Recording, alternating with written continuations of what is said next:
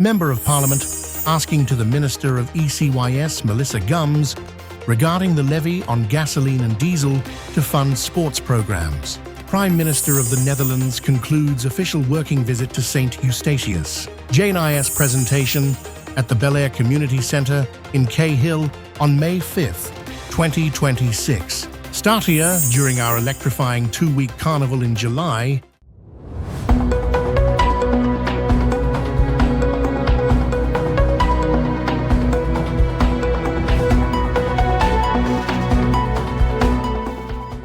From the island, St. Martin, this is SXM Daily News for May 15th, 2026. Member of Parliament asking the Minister of ECYS, Melissa Gums, regarding the levy on gasoline and diesel to fund sports programs in the House of Parliament on May 13th, 2026. So I would like to know if the Minister would be willing to entertain a discussion with me and the former Minister of Finance, MP Irian, to go into the point where we could discuss about lottery booths. Why? Because, not lottery booths, sorry, lottery tickets being able to contribute towards sports. Because we have I've done my personal research. I went to Aruba, where Aruba, out of the Dutch Caribbean, Aruba is the best. They have the best mechanism, in my humble opinion, even better than Curacao when it comes to funding sports and funding for the sports facilities. Simple reason is everyone is buying lottery tickets, and a small percentage from that is going towards it as well. So although we're busy now with the 1 cent per liter on gas, I think the same foundation and the same legislation that is being set up could be used as well to get it through the lottery tickets or lottery purchases. So I'd like to know if the Minister will be willing to entertain a discussion. Thank you. His invitation, and I'm happy to discuss with him and the former Minister of Finance, MP Irian.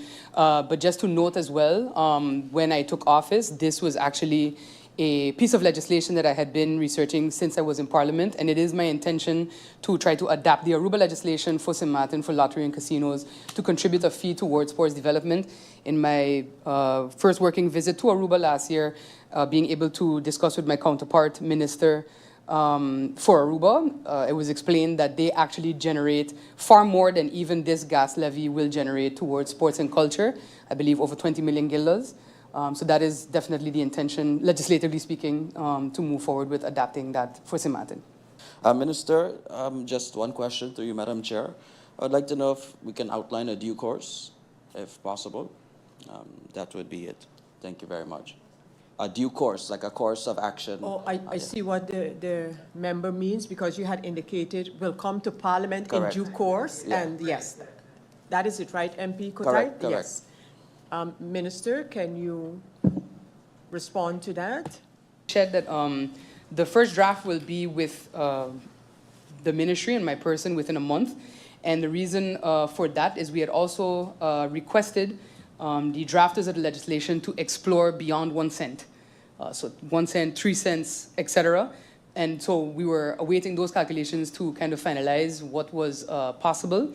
So the first draft should be there within the month, and then after that, it will of course be reviewed by Yezet and Way and the SER, and then the remainder of the legislative process. So I will push for that to be as hopefully after the recess, and then to have it to Parliament. Thank you. I just had a question about the subsidy request up to now. What just an estimate of, for curiosity, what is an estimate of the total amount of requests that you have had for this year, and how much of that is the sustainable so the subsidy that's requested before the end of March, and how much is incidental subsidy? Just to have an idea, so we can put that next to the amount of funds that we're looking at. Thank you. Hearing that a draft will be ready within a month, and I am all pro the 1 cent per liter, because of course, you know, it was something that we approved in the Council of Ministers. But given in 2022, given our current reality with the price of gas, with the increase, I think it's a tough sell to our people. So I would like to know, through you to the Minister, are there any discussions right now within the Council of Ministers for relief? Because at the end of the day, we're talking about increasing something within the next couple of months. We're not sure when the gas prices are going to be regulated. So I would like to know, how will that correlate?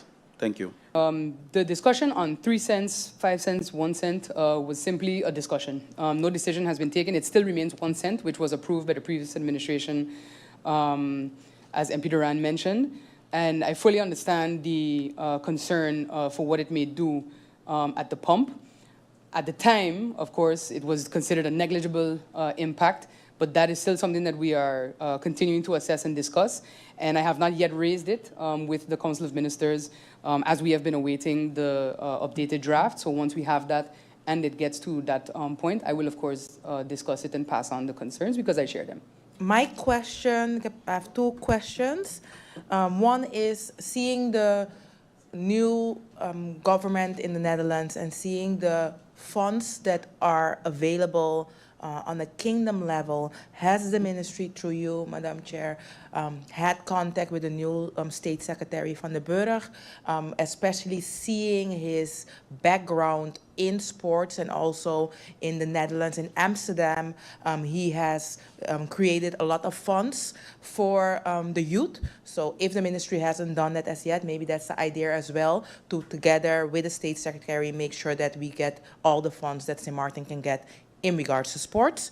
Other than that, seeing that I believe, and it has been mentioned as well by the government itself, that also the community can participate and assist with our youth and with creating funds. Has the ministry had contact with the finance minister to see and look into opportunities in regards to tax incentives when, for example, businesses provide funds towards youth academics in exchange for example, deduction in their profit tax? So has that conversation taken place? And if not, is the ministry intended to have that conversation?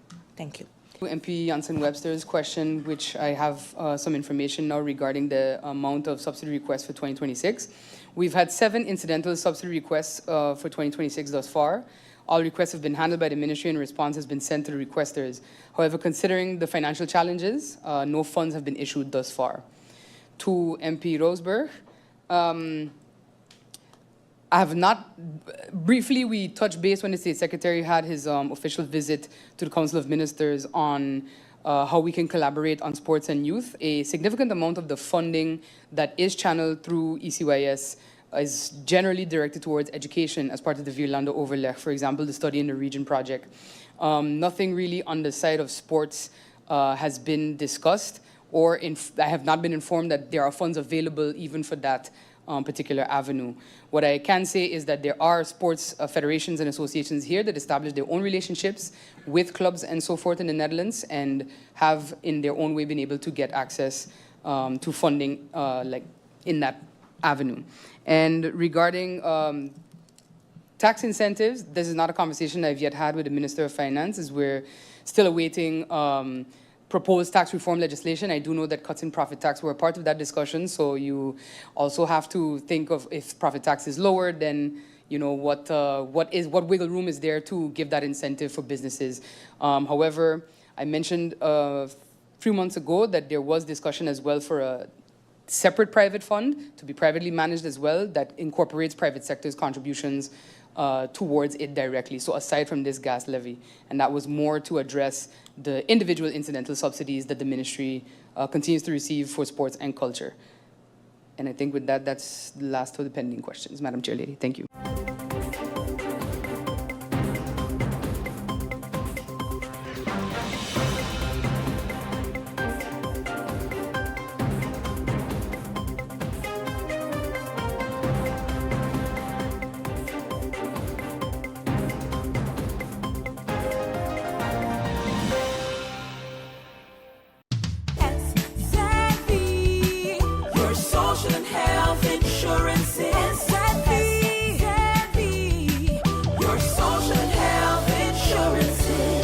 Are you SXM insured?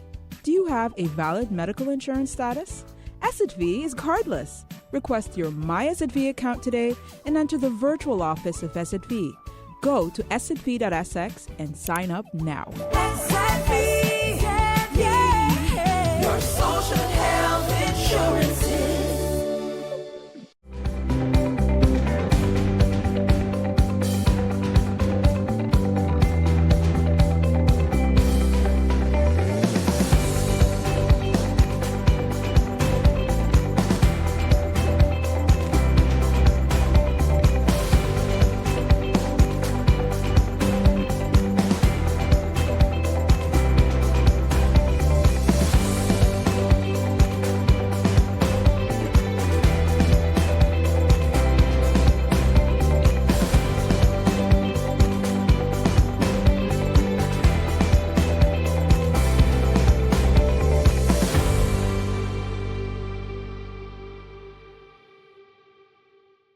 press briefing was held with Rob Jetten, Prime Minister of the Netherlands, together with Island Governor Alida Francis at the FD Roosevelt Airport before he departed from Statia on Monday, May 11th, 2026.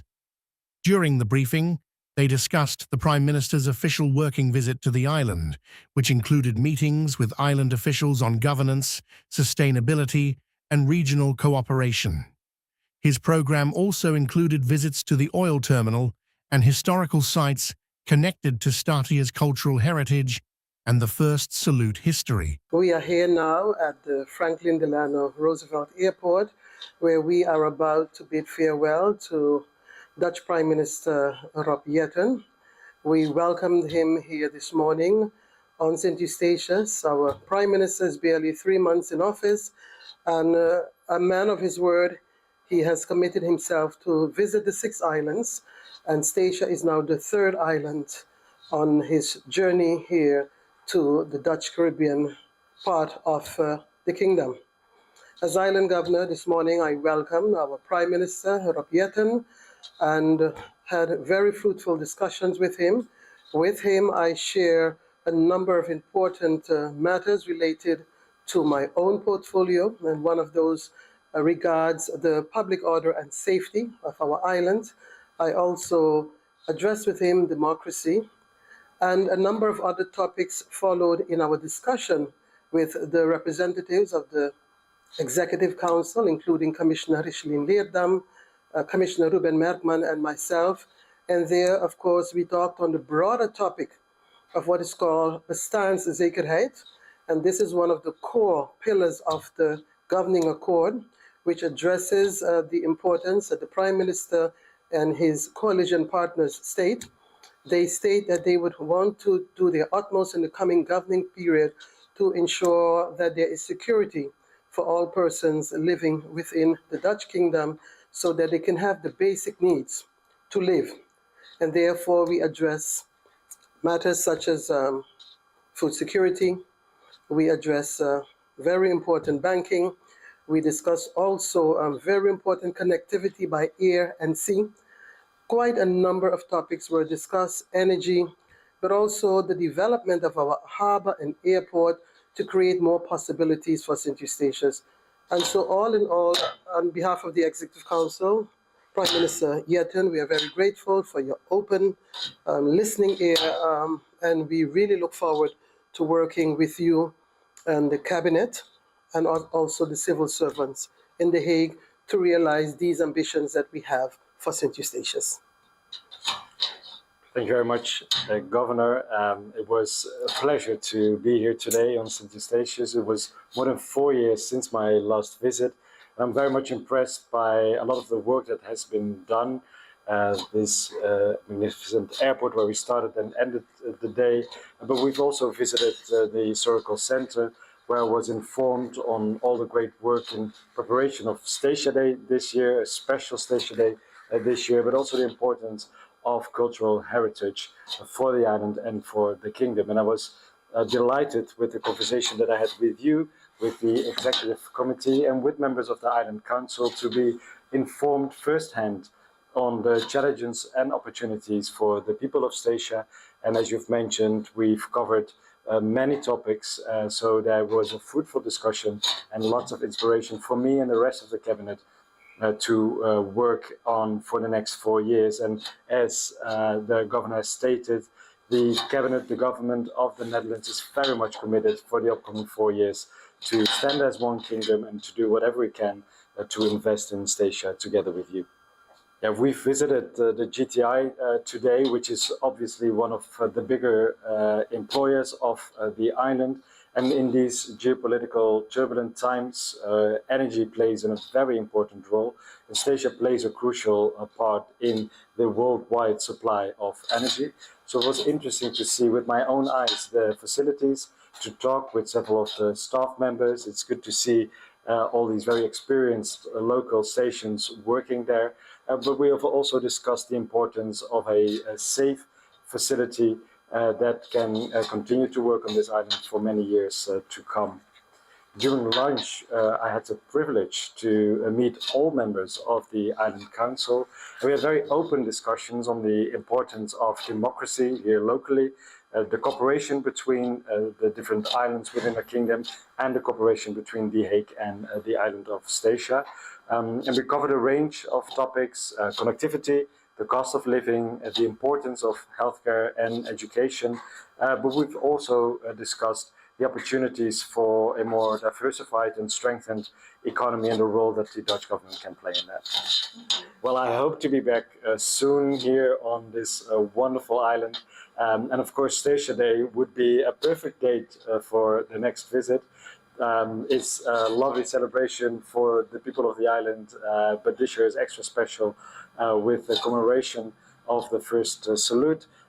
So I will try my utmost best to come back, and that goes also for a lot of other people from the Netherlands, from the United States, and hopefully a lot of stations that want to come back to the island to celebrate the special Statia Day.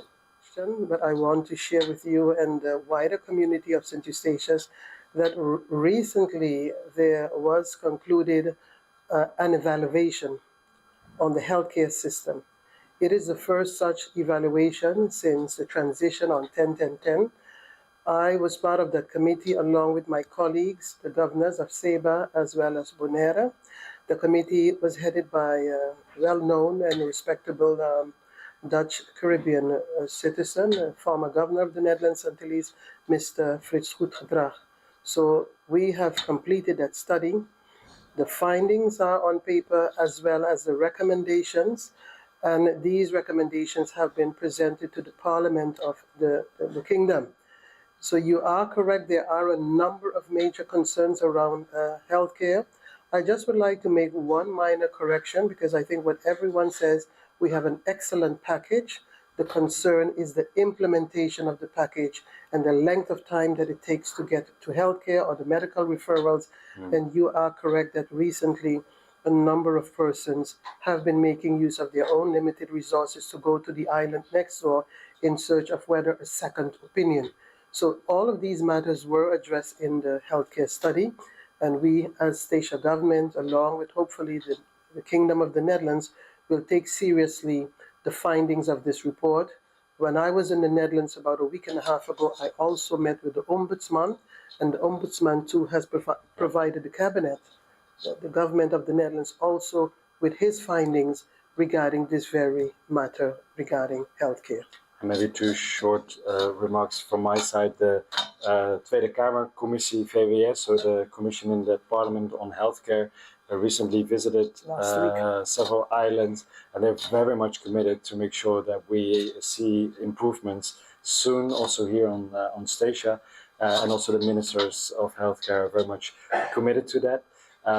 You've mentioned something that many people have mentioned to me, and that is the cost of living and the impact that imports and prices of imports have at the moment. I had similar discussions on Seba yesterday.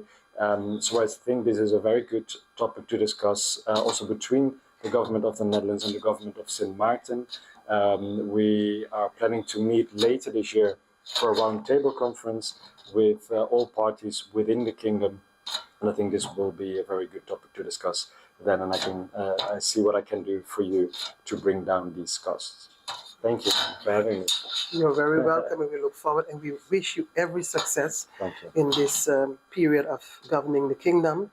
We know it is a challenging period globally, but we've also discussed with you the complexity of small islands, 7,000 kilometers further away from the mainland, the Netherlands, and the challenges it poses when there's continuous changing in the cabinets.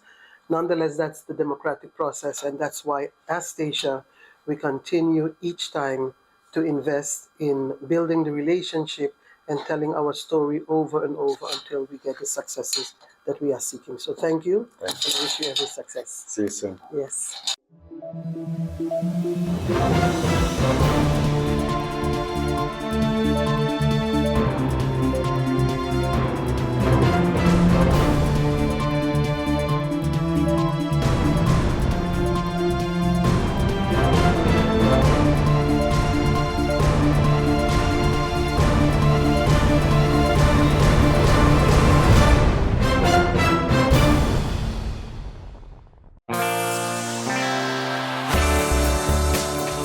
for the weather forecast tonight through Saturday midday. Partly cloudy and slightly hazy with isolated showers. Surface winds today through Saturday midday, east to east southeasterly, with a light to moderate breeze ranging from 7 to 15 mph. State of the sea. Slight to moderate waves, swells, 2 to 5 feet outlook through Sunday midday. Fair to partly cloudy and slightly hazy with isolated showers. And now your 3-day forecast.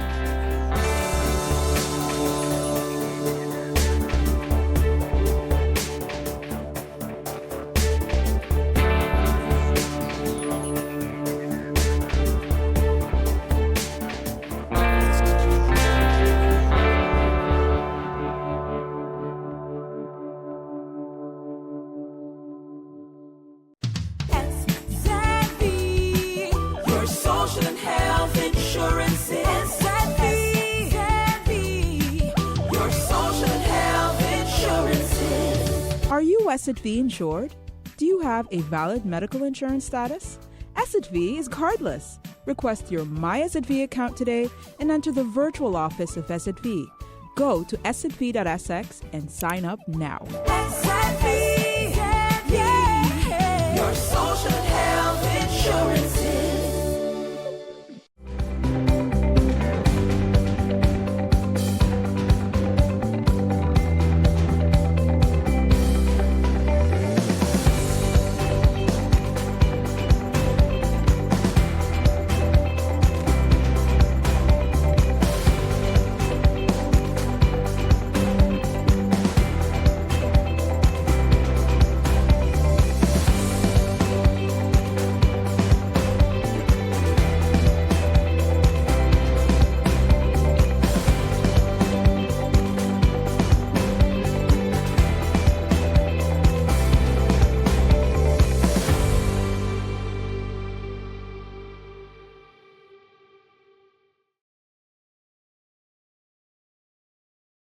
Rise Foundation was founded last year with 4 young people that want to make a difference, focusing on youth development, community development,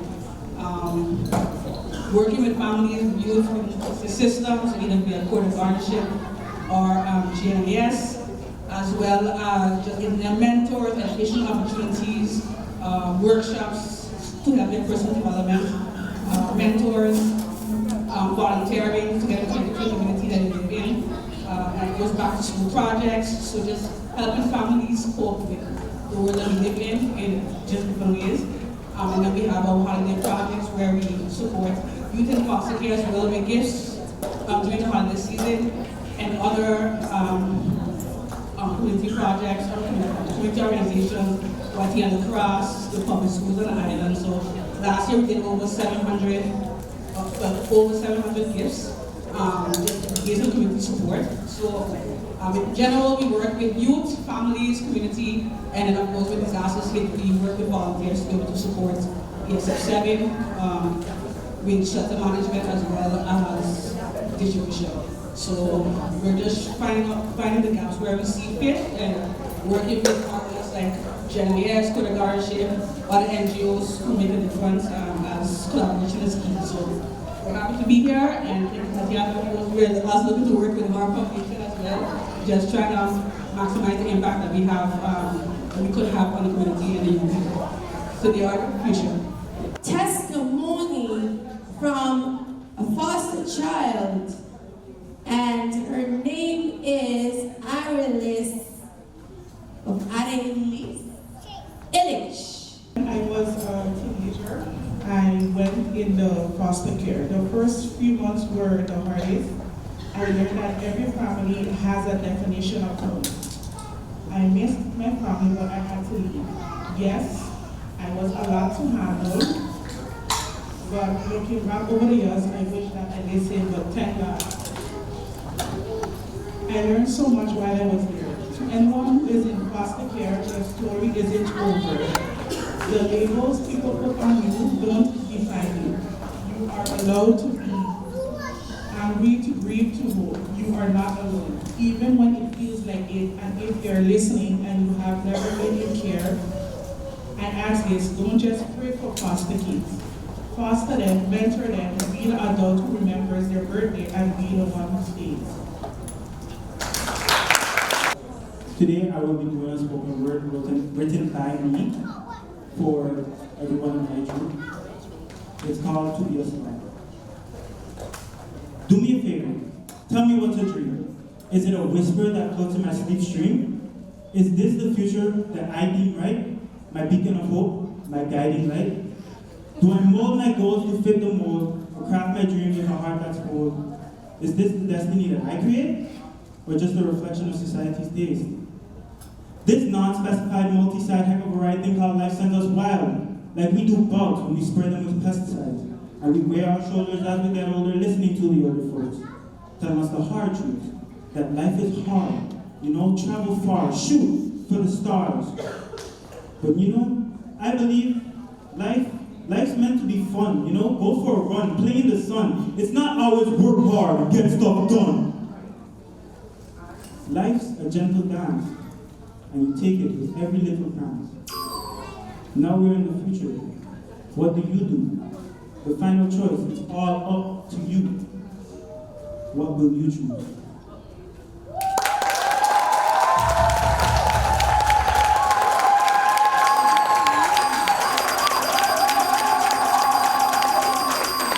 Give it up once again for Mr. Hard jumping down. My name is Natasha Oliver. I am the foster mom for James B. Anthony Ronald Margarita. James Lee came into my life at the age of 3 months old. And I wouldn't say it's a challenge, but I can say that I have learned to have no fear. I'm going to give you a little story of my son. We went to the beach. He was about, I think, 9 years. And he saw some kids jumping off the pier. And he said, Mommy, I want to do that. Now, mind you, my son cannot swim. My had to make no. This child jumping off the pier, doing backflip. That day, I learned something from a 9-year-old. Whatever you set your mind to, you do it. You have no fear. I have also learned to have patience, because this is a person that didn't have patience. I have learned to love myself more. I have learned forgiveness. The reason why I say forgiveness is because no matter what I did, my son has always forgiven me. I could beat him, and it's like nothing. So when someone does something, I'm like, okay, it's not a big deal. You know, I can also say that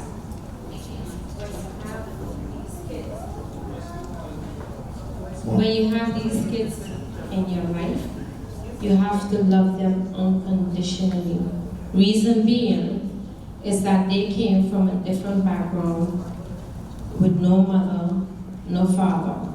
So you have to love them unconditionally. Don't forget to pray.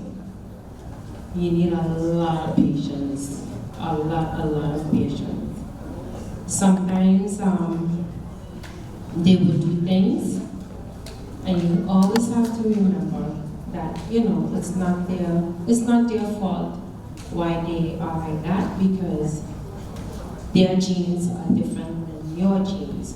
So their actions will be different. I would also encourage persons that are interested in fostering a child to do it. Do it for the love of kids and not for anything else. Make sure that you grow them up in the right way. You have to talk a lot to these kids. And you have to make them understand that, you know, it's not their fault that they are in the situation that they're in.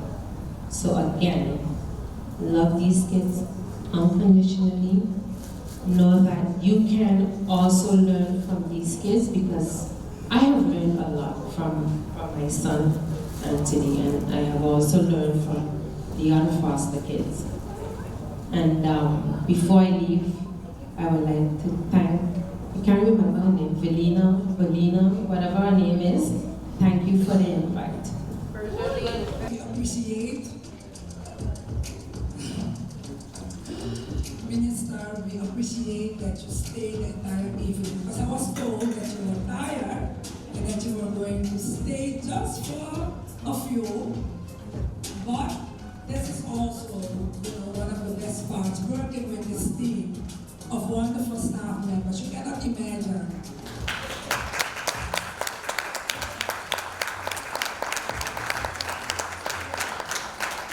Working at generous and both the family guardianship and the probation department is not an 8 to 5 job. Oh, okay. Come here. It's not an 8 to 5 job. I have great admiration to all of them, and I don't know where our organization would have been without their input. Every day, in the weekend, in the evenings, holidays, they work tirelessly. But tonight is also for you. And we see you and we appreciate you.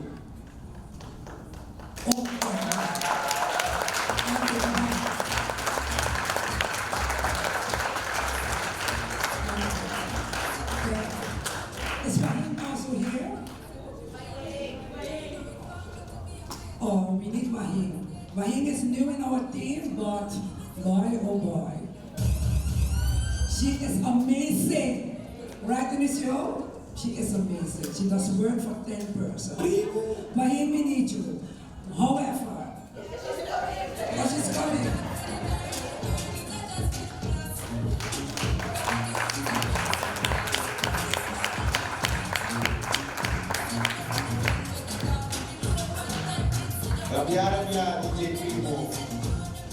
And where would we be without Wahim, but also without our board, Emisho, Marisha.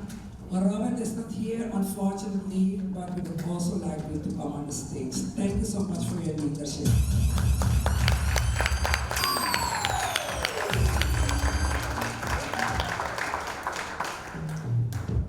So now, we would like to call up a few other persons because we are a village, right? It takes a village to foster a child. So, I would like to start with calling up Meredith Consencio. Meredith, can you join us, please?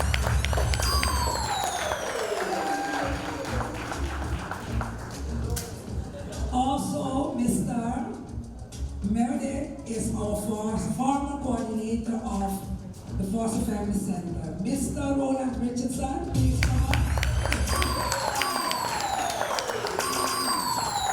Mr. Roland Richardson, that's my colleague and my friend, my everything. The person that I go to when I'm down. Former co-director and responsible for the AV department.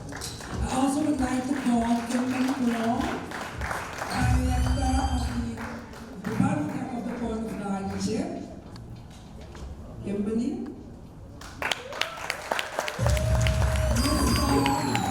Mr. Eric Anaman, please come up. Mr. Anaman has been with us volunteering and supporting for so many years. Is Damali still here? Damali, can you come up please? Damali is a former foster parent and now, how do you say that, an adopted?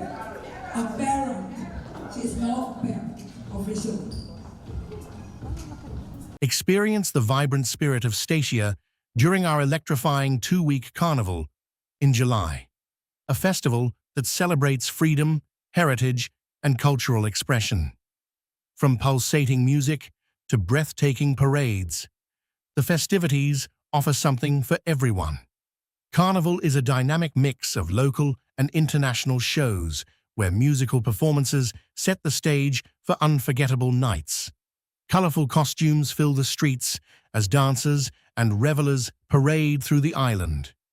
Watch as the Senior Queen pageant, Little Miss Stacia, and Road March competitions bring excitement and pride to the celebration.